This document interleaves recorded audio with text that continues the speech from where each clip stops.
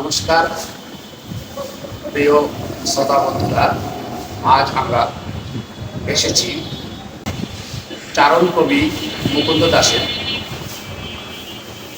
আধ্যাশক্তির গুরু সনাতন ঠাকুর, মানে সোনা ঠাকুর প্রতিষ্ঠিত মন্দির বাজারে বড় কালীবাড়ি। এখানে তার রাজনৈতিক গুরু অশ্বিনী কুমার দত্ত শক্তি সাধনার জন্য তৎকালীন সময়ে ব্রিটিশ বিরোধী আন্দোলনে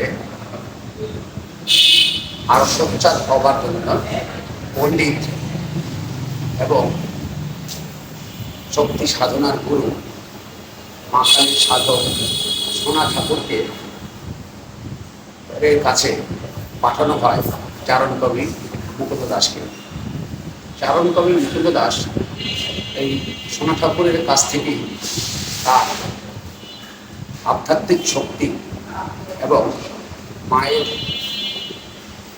প্রদত্ত, মা কালী প্রদত্ত শক্তি সঞ্চার করে ব্রিটিশ বিরোধী আন্দোলনে সক্রিয় হয়ে ওঠে এবং তিনি যাতে চারণ কবি মুকুন্দ দাস যাতে মানসিকভাবে ভেঙে না পড়ে সেই শক্তি সঞ্চার ঘটানো হয় বা তাকে সেই শক্তি যোগান দেয় এই সোনা ঠাকুর।